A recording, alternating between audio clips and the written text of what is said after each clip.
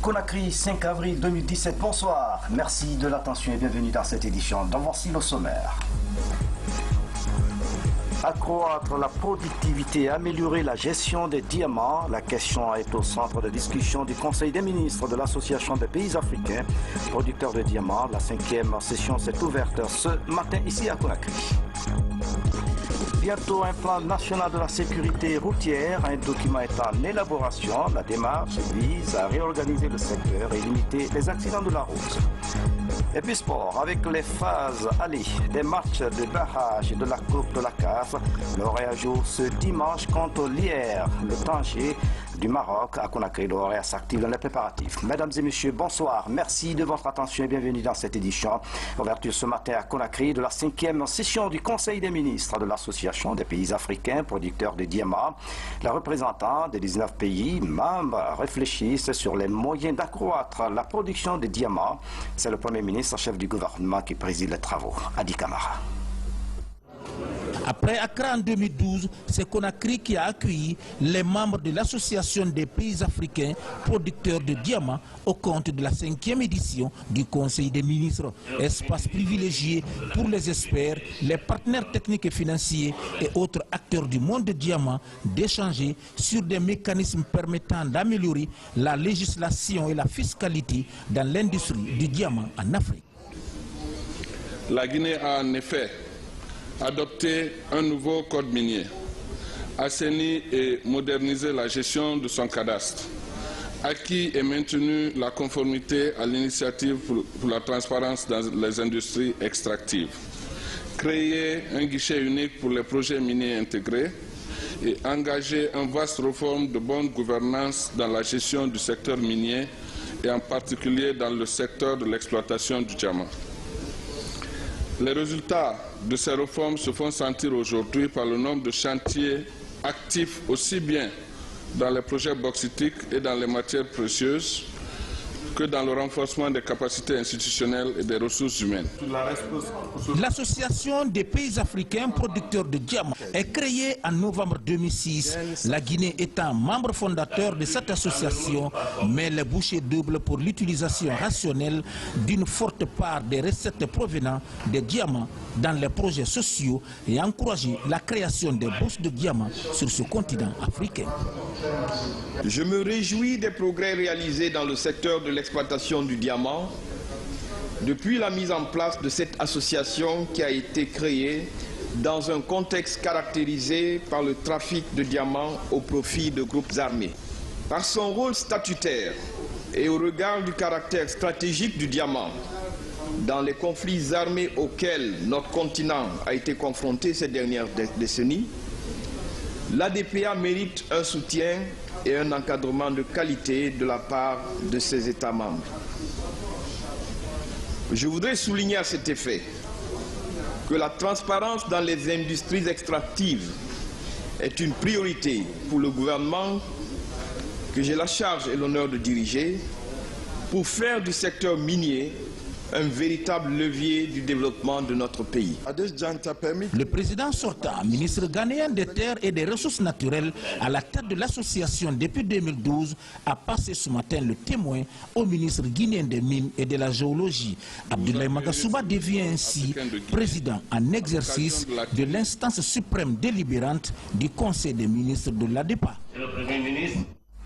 À l'hémicycle, l'Assemblée nationale a ouvert sa session ordinaire des lois ce mercredi. Plusieurs projets de loi seront examinés au cours de cette session. La rencontre a mobilisé le gouvernement, les représentants des institutions nationales et internationales. Robert Sidi Torno revient sur les temps forts de la cérémonie.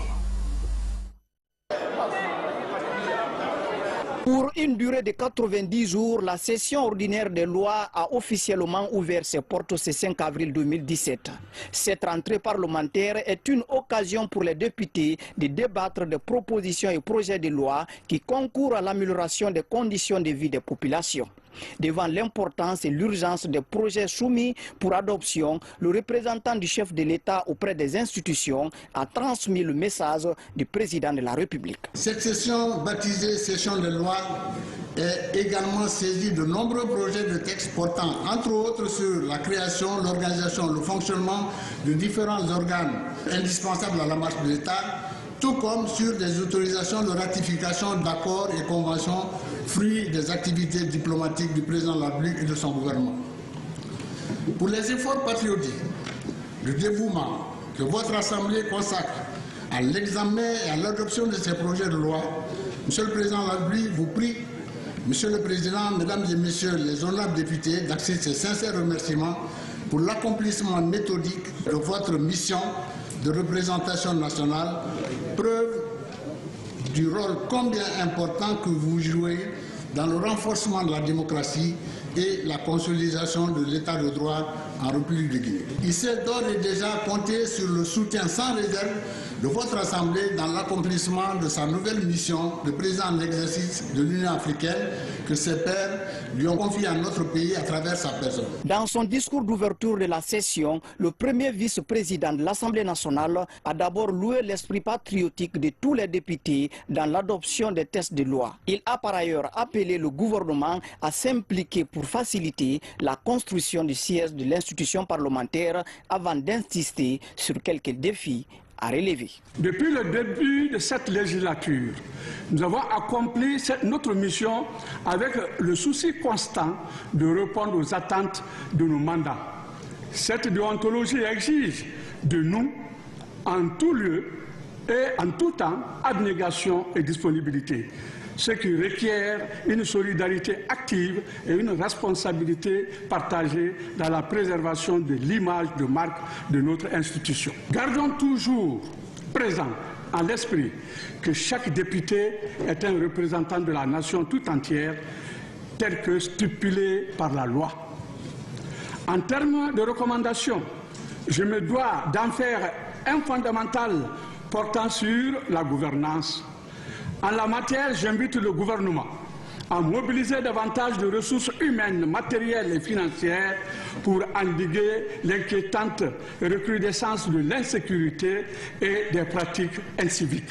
Au demeurant, nous apprécions hautement les acquis du gouvernement pour les efforts visant à booster l'agriculture, l'économie rurale en général, la promotion des femmes et des jeunes, la protection des droits de l'homme, les efforts pour rendre de plus en plus attractifs.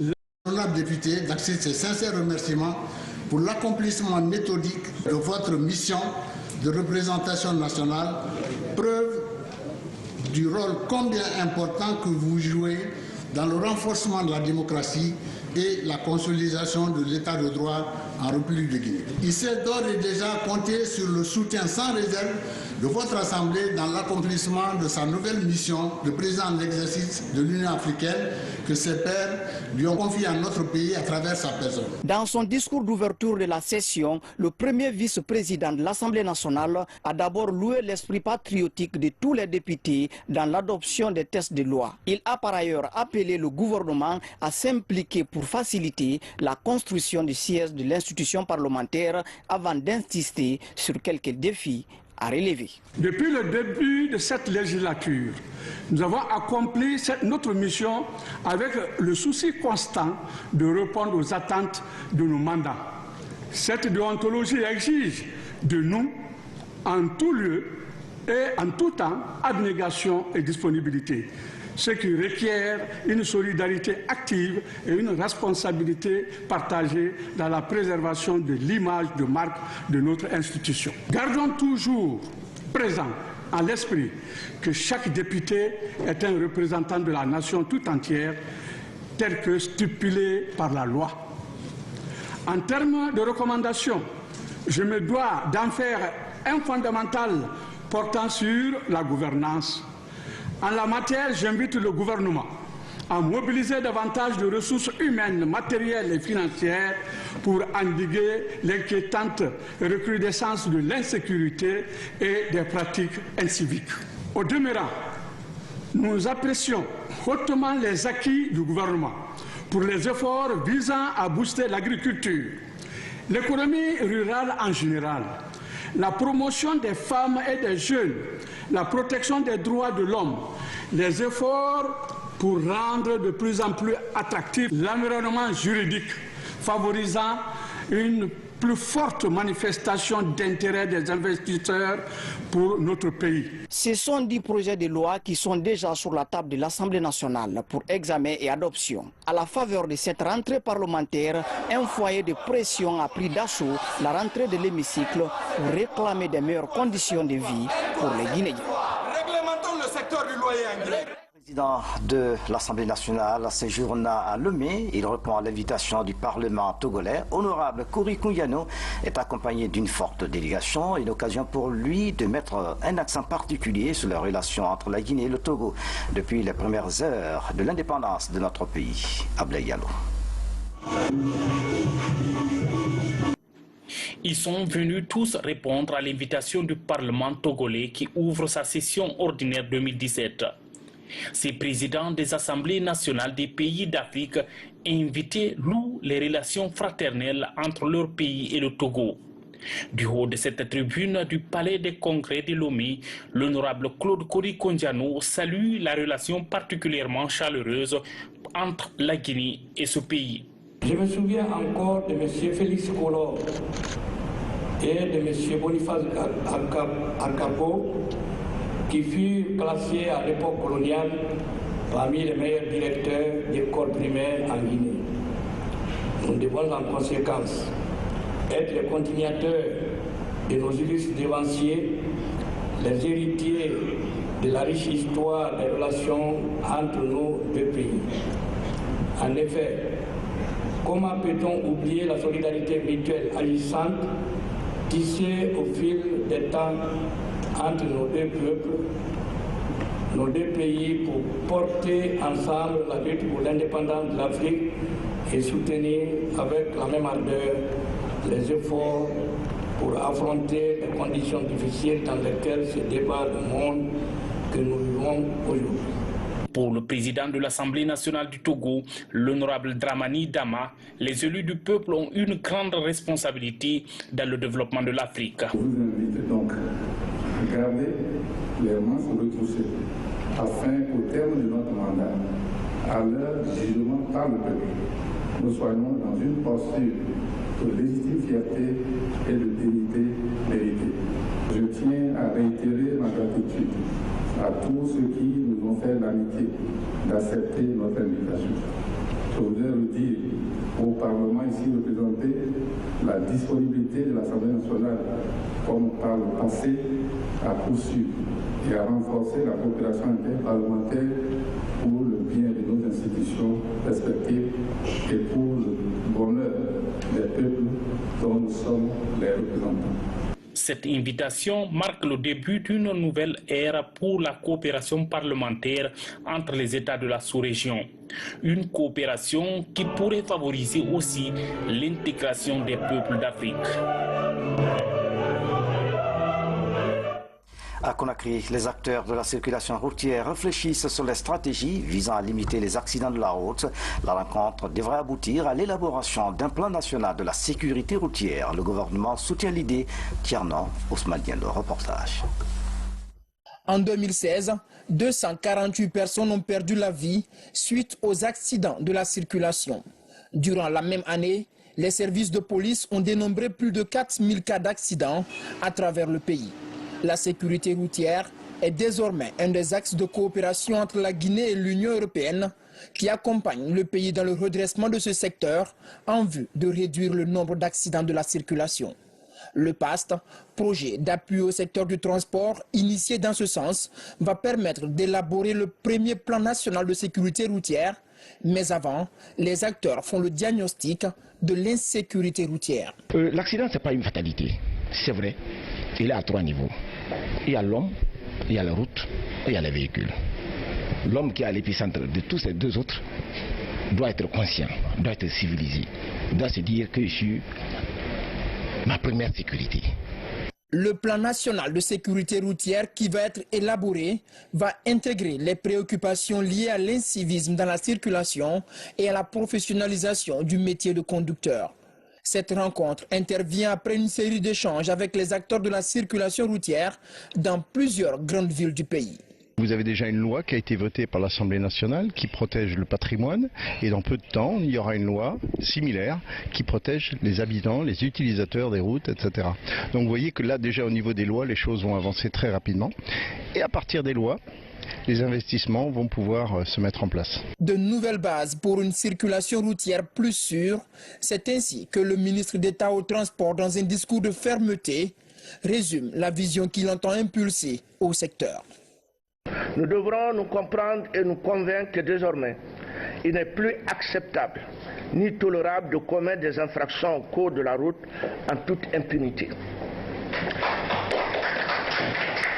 Le gouvernement mettra en œuvre avec détermination et rigueur pour lutter efficacement et durablement contre les accidents de circulation routière. Cette lutte sera menée sans relâche et sans complaisance afin qu'à l'horizon 2020 et en conformité avec la volonté du chef de l'État, notre pays dispose d'un secteur de transport routier plus sûr, plus sécurisé, pouvant soutenir pleinement son développement en réduisant fortement la perte de vie humaine nécessaire à la construction de notre pays. Le premier plan national de sécurité routière, une fois élaboré, va ouvrir la voie à la création d'une agence nationale dédiée à la sécurité routière. Concertation à Conakry des membres du réseau des organisations paysannes et des producteurs de l'Afrique de l'Ouest, principale thématique à débattre, les défis du changement climatique. Ce forum régional vise à renforcer les capacités des acteurs du réseau et leur permettre de monter des projets bancables pour engager le monde rural dans une dynamique de développement durable. Les précisions de Fodé Camara. Face au réchauffement climatique sur le littoral, le niveau de l'eau monte inexorablement. Dans la savane, le fleuve Niger se meurt et d'autres cours d'eau risquent de tarir. Au-delà de la vulnérabilité du château d'eau de l'Afrique occidentale, dans la sous-région, le changement climatique devient un phénomène sans frontières. Le désert avance à grands pas et affecte la survie des acteurs du développement rural comme les éleveurs de la Mauritanie. Des éleveurs contraints à plus de transhumance pour nourrir le bétail. Il y a beaucoup d'espèces de végétales comme pâturage et il est disparu à cause des changements climatiques. Son Excellence, le professeur Alpha Condé, président de la République de Guinée, a été choisi par ses pairs comme étant le chef de file sur ces questions des changements climatiques. Donc aussi, c'est une des principales raisons de notre visite ici aussi, pour dire que nous voulons soutenir le président de la République à faire avancer donc avec l'ensemble des autorités de l'espace Afrique, pour que l'Afrique se mobilise comme un seul homme pour défendre ses préoccupations. Parce que nous, on ne pollue pas, mais nous sommes les premières victimes. Pour une synergie d'action contre le dérèglement climatique, le réseau des organisations paysannes et des producteurs agricoles de l'Afrique de l'Ouest pose ses valises à Conakry. Un rendez-vous sous-régional de partage d'expertise dont l'enjeu est de proposer des pistes de solutions pour freiner les risques du changement climatique.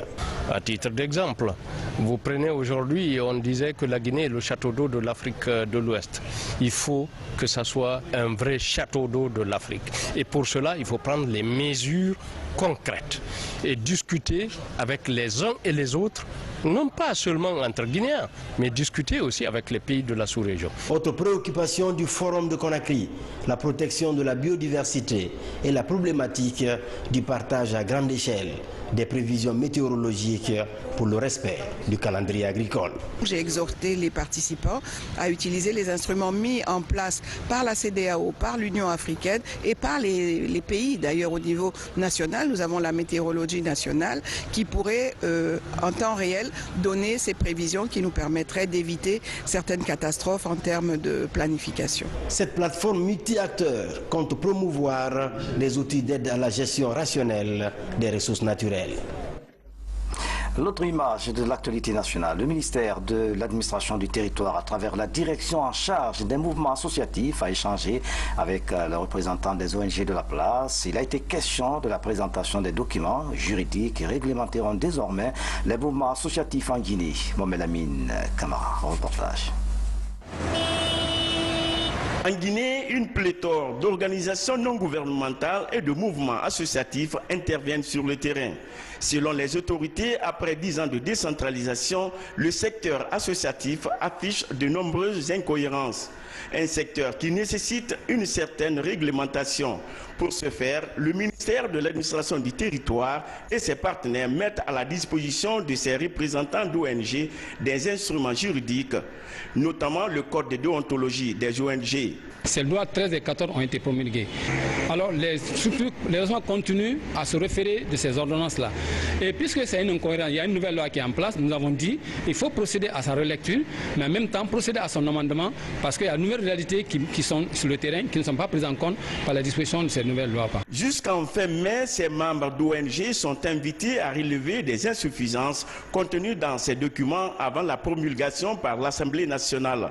Cette stratégie de repositionnement vise à mettre de la discipline dans le secteur. La relecture de cette loi qui réglemente le fonctionnement de ces structures associatives est une très bonne chose, parce qu'il faut éviter quand même que des gens n'évoluent de manière anarchique et ne naviguent à vue. Une fois que je suis au niveau de mon ONG Seguidiba, je ferai une restitution fidèle.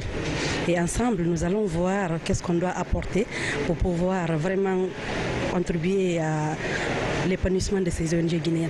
Auparavant, des ateliers de vulgarisation de ces instruments juridiques ont eu lieu dans les régions administratives du pays. Une façon d'amener ces groupements et associations à s'imprégner et s'approprier le contenu de ces documents dans la perspective de répondre aux défis de développement.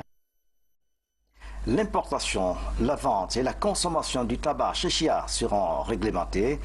L'État guinéen, à travers le ministère du Commerce, a pris toutes les dispositions dans ce sens. L'annonce a été faite au cours d'une conférence de presse animée par le ministre du Commerce et le secrétaire général des services spéciaux antidrogue, Falilou Diallo Falopin.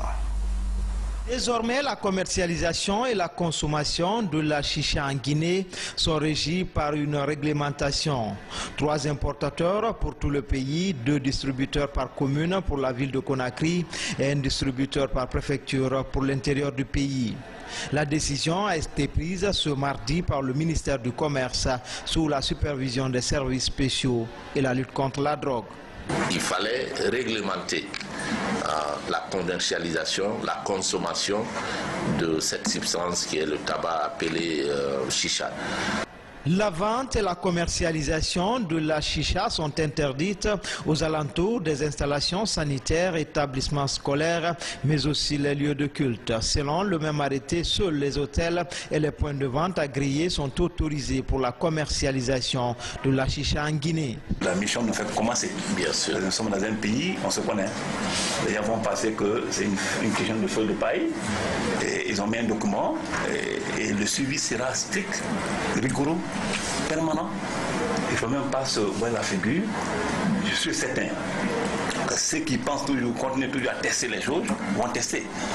On ne peut pas exposer notre jeunesse à un danger comme ça et que tout le monde reste bras croisés. À travers la réglementation de la commercialisation et la consommation de la chicha, l'État entend avoir plus de visibilité sur cette pipe à eau, mais surtout une traçabilité lors des différentes transactions financières dans notre pays.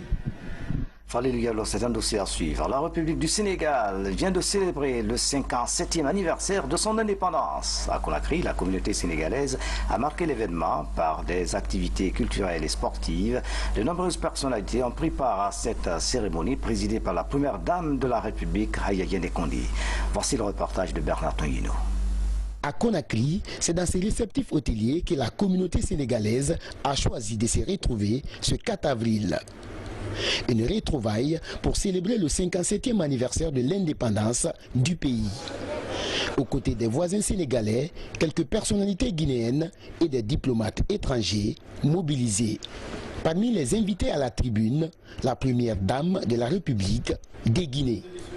Madame Diéné Kondé est venue exprimer son amitié à la communauté sénégalaise, une communauté qui s'est dit parfaitement intégrée en Guinée. Le Sénégal, comme il est permis de le constater, donne une place de choix, une place privilégiée à ses voisins les plus immédiats, avec qui il entretient des relations privilégiées.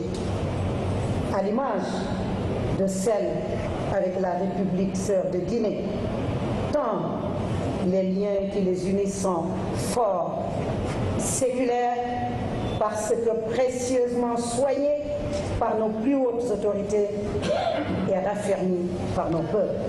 En cette soirée de fête nationale sénégalaise, l'excellence des relations entre Conakry et Dakar est magnifique. En célébrant ce soir la journée nationale du Sénégal, nous célébrons aussi les relations bilatérales entre nos deux pays. Ces relations sont riches et variées et s'étendent à de très nombreux domaines. Tout en saluant la qualité de nos relations, force est de reconnaître qu'elles méritent d'être revues dans la perspective de leur insuffler la nouvelle dynamique voulue et exprimée par nos deux dirigeants dans le cadre de l'Union africaine, de la CEDEAO et au-delà. À ce titre, je crois pouvoir dire que notre détermination à consolider et à diversifier la coopération entre le Sénégal et la Guinée est sans faille. Je dirais même qu'elle nous engage. Après l'étape des discours officiels, place au dîner d'anniversaire. Sénégalais, Guinéens et autres étrangers partagent le buffet pour marquer leur communion. Direction Guinée profonde, la préfecture de Dinguiraye vient d'abriter la journée internationale tolérance zéro aux mutilations génitales féminines. Les femmes de la cité de Lachoumartal se sont engagées à mettre un terme à la pratique de l'excision dans leur préfecture. Les acteurs de la santé apprécieront. Mohamed de Camara. Selon la dernière enquête démographique de santé, Dinguiraye est l'une des préfectures de la Guinée qui affiche encore un taux très élevé de mutilations génitales féminines. Pour inverser la tendance dans la cité sainte de la Jomartal, l'adhésion populaire des communautés à la base est sollicitée. La présente cérémonie se situe dans la dynamique de célébrer en différé la journée internationale tolérance zéro aux mutilations génitales féminines. Il reste encore des efforts à fournir. La non-scolarisation et la déscolarisation de certains enfants. Les enfants victimes des traites, d'exploitation, le trafic et mutilation génitale féminine, excision et d'autres abus entre autres, le viol, les mariages précoces et forcés. Il est de notre devoir en tant que premier responsable que nous sommes, en faisant des sensibilisations dans les collectivités et dans le village pour pouvoir faire comprendre à nos mamans et à nos sœurs que cela est formellement interdit et que ce n'est pas bon pour les jeunes filles. La promotion de l'abandon des mutilations génitales féminines, c'est aussi le combat des ONG nationales et internationales qui ont obtenu des résultats appréciables sur le terrain. Nous œuvrons dans 30 secteurs à Dinguiraye. Nous avons pu faire signer l'engagement à ces 30 secteurs pour l'abandon des MGF. Et la population de ces secteurs se sont engagés solennellement qu'ils ne vont jamais exciser dans leur localité et ne vont jamais faire le mariage d'enfants dans ces secteurs. Dans les 33 préfectures de la Guinée, Dinguiraye est la deuxième préfecture qui fait cette pratique.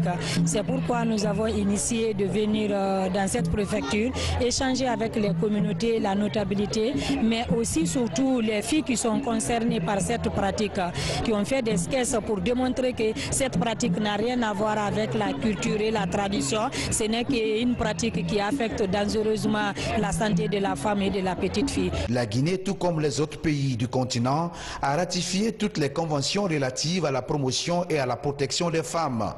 La célébration de cette journée traduit cette volonté. Et puis célébration à la baie de la semaine de l'argent. C'est une première. L'initiative est du Fonds national d'insertion des jeunes en partenariat avec les institutions bancaires de la région. Cette semaine a été marquée par des conférences-débats axées sur le thème « Apprendre, épargner et gagner ». Voici le reportage de Safdine Diallo et Moussa Bangoura. Comment apprendre à gagner de l'argent, comment l'utiliser et où le garder sans risque, ce sont entre autres sujets débattus lors de cette conférence débat. Une conférence pilotée conjointement par le Fonds national d'insertion des jeunes et les institutions bancaires à l'occasion de la Semaine mondiale de l'argent.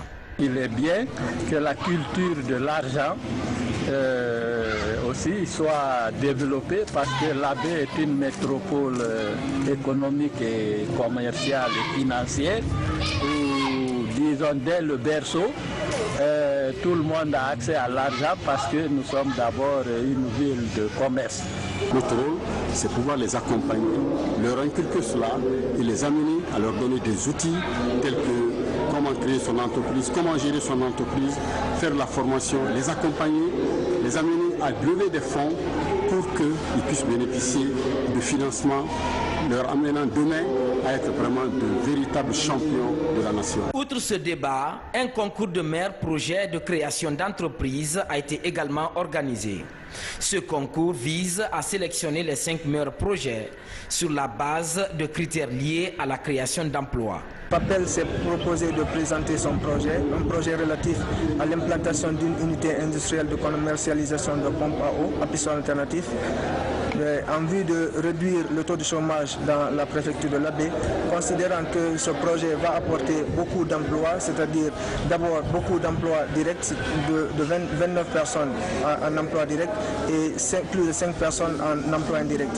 Je suis venue ici présenter ce projet afin d'offrir des emplois à ma promotion aux jeunes qui n'ont pas d'emploi, afin d'avoir un petit travail qui ne dépend pas des parents, afin de les aider à subvenir à leurs besoins après avoir achevé mes études. Cette année, la Semaine mondiale de l'argent est célébrée sous le thème « Apprendre, épargner et gagner ».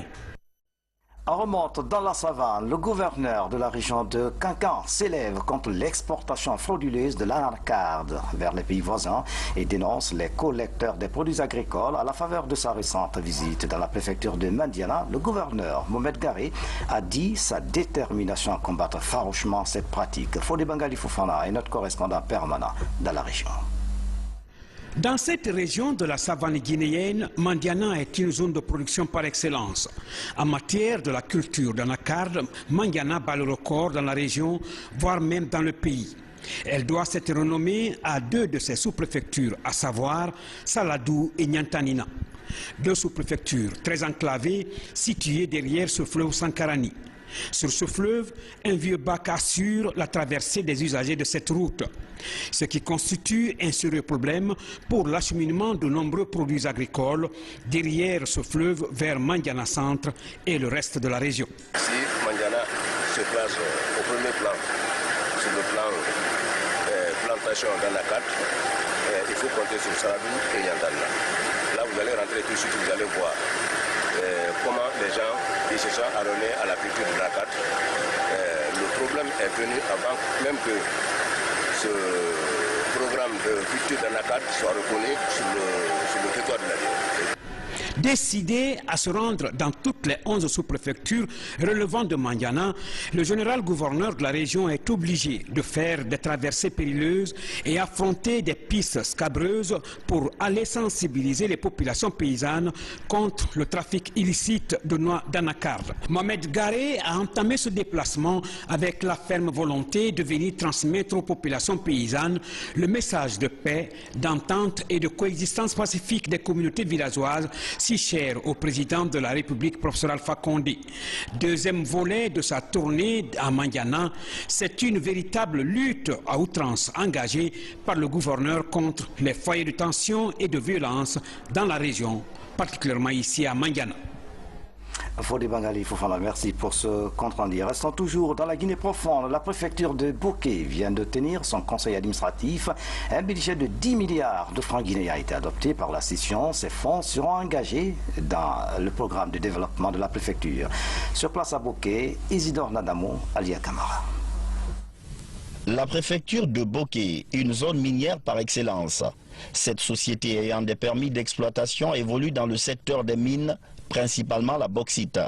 Une richesse incroyable qui entraîne la présence massive de grandes multinationales, mais une jeunesse sous-employée. Recherche de boulot, richesse inégalement repartie et une préfecture en quête des solutions. C'est dans ce contexte que s'ouvre le conseil administratif préfectoral pour mettre les groupes miniers au service des communautés. La rencontre a permis d'adopter un budget global de 10,586 milliards de francs guinéens pour les collectivités rurales et la commune urbaine, avec à la clé plusieurs recommandations. L'OCEA donne le plein pouvoir aux forces de défense et de sécurité d'interdire à tous les gros porteurs des sociétés minières le lavage le long des fleuves, ponts de fer et bateaux. La fourniture par les sociétés minières de la quantité nécessaire de carburant pour l'amélioration de la desserte en électricité de la ville de Boké. Des recommandations dont l'application sera suivie de près par la préfecture, elle-même dotée d'un budget qui s'équilibre en recettes et en dépenses à plus d'1 milliard de francs guinéens. Nous avons mis ces 3 jours à profit pour examiner cas par cas et collectivité par collectivité les problèmes qui assaillent nos communautés. Nous avons posé nos diagnostics, les recommandations sont faites, leur application maintenant sur le terrain interpelle tous les acteurs du développement de la préfecture. Le Conseil invite les groupes miniers à privilégier l'utilisation de la main-d'œuvre locale. Il a également mis en place une commission de recouvrement pour éviter l'évasion fiscale au niveau des collectivités décentralisées. Retour à Conakry, les préparatifs de la Hajj 2017 vont bon train. 2 experts venus de l'Arabie Saoudite forment les responsables des différentes agences de voyage et les cadres du secrétariat général des affaires religieuses. Il s'agit d'expliquer aux participants les réformes entreprises par les autorités saoudiennes pour une bonne organisation de pèlerinage. Fatima Touyalo.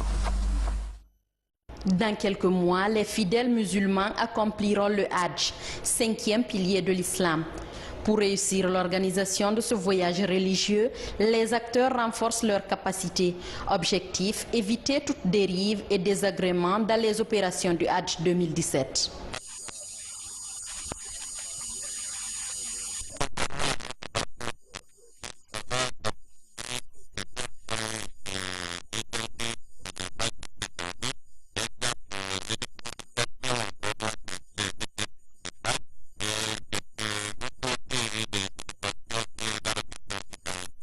Pendant 2 jours, ces acteurs seront outillés sur les réformes entreprises par les autorités religieuses saoudiennes, mais aussi les contours liés au pèlerinage cette année.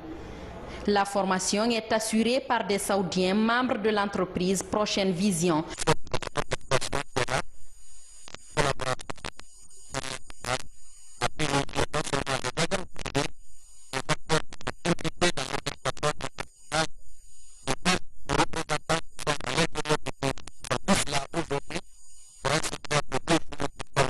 Cette formation vise à améliorer les méthodes d'organisation du pèlerinage au lieu saint de l'islam.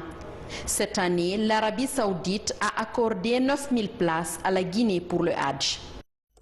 Nous nous excusons pour la qualité sonore de cet élément sport foot. L'on connaît désormais les noms des membres des différentes commissions techniques du comité d'organisation de la Coupe d'Afrique des Nations COCAN 2023.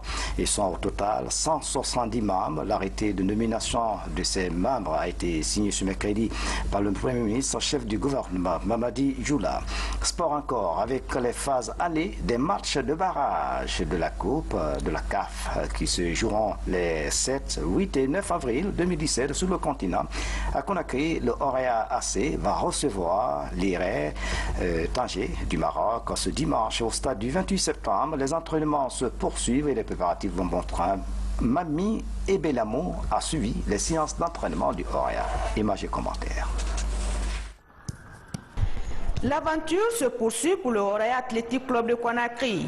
Après son élimination en 16e de finale de la Ligue des champions africains, le représentant guinéen est reversé en Coupe de la CAF et hérite de l'IR Tanger, le club marocain qui avait auparavant éliminé l'autre représentant guinéen, l'association sportive du Kalouma. Conscient de l'enjeu du match aller qui se jouera dimanche au stade du 28 septembre, l'encadrement technique des Rouges et Blancs met tous les atouts de son côté pour le permettre de gagner devant son public. Nous pensons que nous avons tiré des bonnes leçons, les bons enseignements pour affronter US Tanger le dimanche. Et nous pensons que le public ne sera pas dessus d'être là au stade du 28 septembre. Et déjà sur le plan organisationnel, nous avons pris toutes les dispositions. Les tickets sont déjà disponibles en vente dans les différents points de vente. Et vous avez aussi les dispositions sécuritaires qui sont tous qui seront prises. Ici, il ne suffit pas seulement de gagner 1-0, il suffit de marquer beaucoup de buts. Et il faut marquer minimum, il faut se mettre à l'abri 3 ou 4 buts pour se mettre à l'abri parce que la Ligue des Champions ou la Coupe des CAF, c'est les détails. Il faut marquer beaucoup de buts chez toi et puis ça aller préserver chez l'autre. Pour cette nouvelle échéance, pas de hasard pour le technicien français. Victor Nzvouka met tout en œuvre et se déploie. Cet adversaire de Tanger, naturellement, je sais. Et comme j'ai dit à mes joueurs tout à l'heure, je leur donnerai de A à Z tous les renseignements que j'ai sur ces joueurs pour qu'ils puissent les analyser. Et en cours de match, ne pas se faire surprendre par ces joueurs-là. L'aborder, pour nous, la chose primordiale, on l'a vu malheureusement contre l'Espérance, ça serait déjà de ne pas prendre de but à la maison. Bon, maintenant, si tu vas gagner, tu gagnes 4-1, ça sera un bon résultat quand même. Au sein de l'effectif, la motivation et la détermination sont visibles. La victoire, elle est obligatoire ce dimanche au stade du 28 septembre. Les joueurs sont conscients de l'enjeu du match. On va essayer de tout faire pour donner ce qu'on a pour essayer de bien préparer cette rencontre. Même détermination chez les supporters, engagés à booster l'équipe pour la victoire. L'apport du 12e homme est indispensable. Représente la Guinée. À quelques jours de la rencontre, l'on assiste à une ferveur nationale pour la victoire du Oroya, le seul représentant guinéen encore présent en cette campagne africaine. L'exploit du Oroya devrait sonner comme un bon début pour le nouveau président de la Fédération guinéenne de football, Antonio Souaré, déterminé à rehausser le niveau du football guinéen. Page noire, avant de refermer cette édition, notre collègue, frère et ami Aboubakar Cissé et son cousin Yassori Fofana ont rejoint leur dernière demeure ce mercredi à Forêt-Caria. Vive émotion. Parents, amis et collaborateurs se sont fortement mobilisés pour accompagner les illustres disparus. Brillant journaliste, reporter aguerri, Aboubakar Cissé, on ne cessera jamais de parler de ta compétence professionnelle. Adieu grand frère, tu as bien rempli ta mission, Mohamed Ouakama. Aboubakar Cissé rejoint sa dernière demeure ce mercredi. Parents, amis, collaborateurs et sympathisants lui ont rendu un dernier hommage. Ils étaient nombreux ce matin à rallier Forêt-Caria où il a été enterré. J'ai fait 37 ans d'amitié avec Aboubakar Cissé, 37 ans ininterrompus.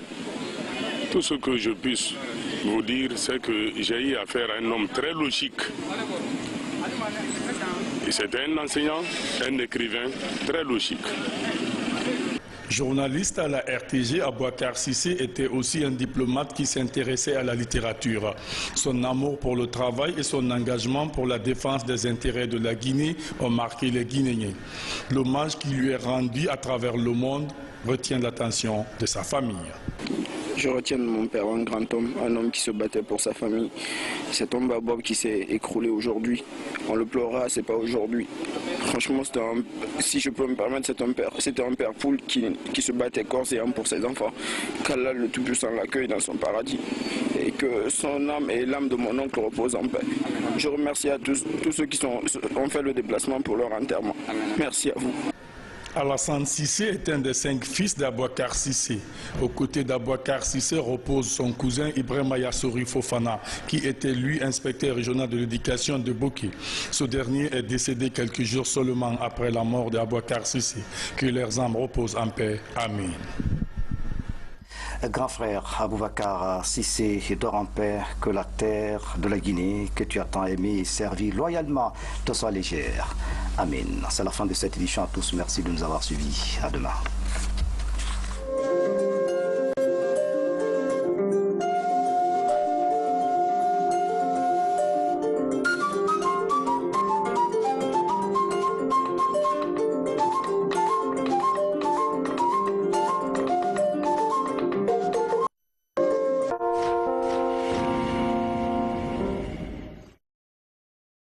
Je vais vous raconter une histoire.